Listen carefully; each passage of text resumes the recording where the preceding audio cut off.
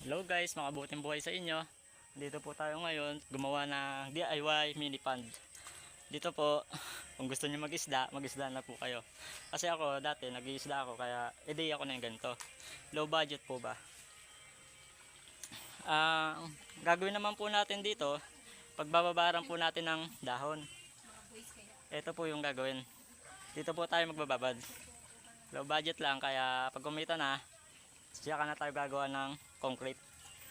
At ito naman po ating mga masisipag na member na ma-undercover sa mushroom farming.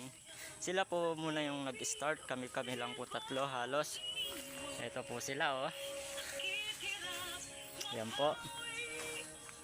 Tingin na, kaway-kaway naman po kayo dyan. Sila lang po yung nag-volunteer.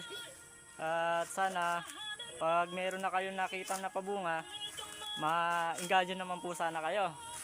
Dahil sa mushroom po, maganda po ang kita sa mushroom, kayo lang po ano. Pero alam ko nag-aalangan pa kayo dahil hindi nyo pa po alam yung dapat gawin at ano, proseso sa step by step.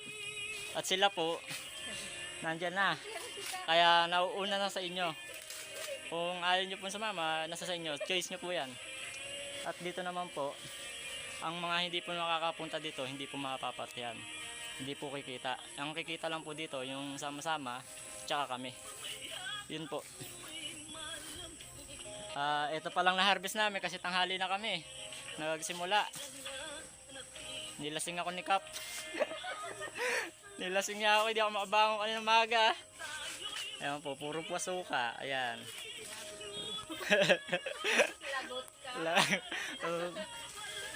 Sige po, at makabuting buhay po sa inyo. Pag after po na ito, doon naman kami papa-experience ko sa kanila yung pag oyster mushroom.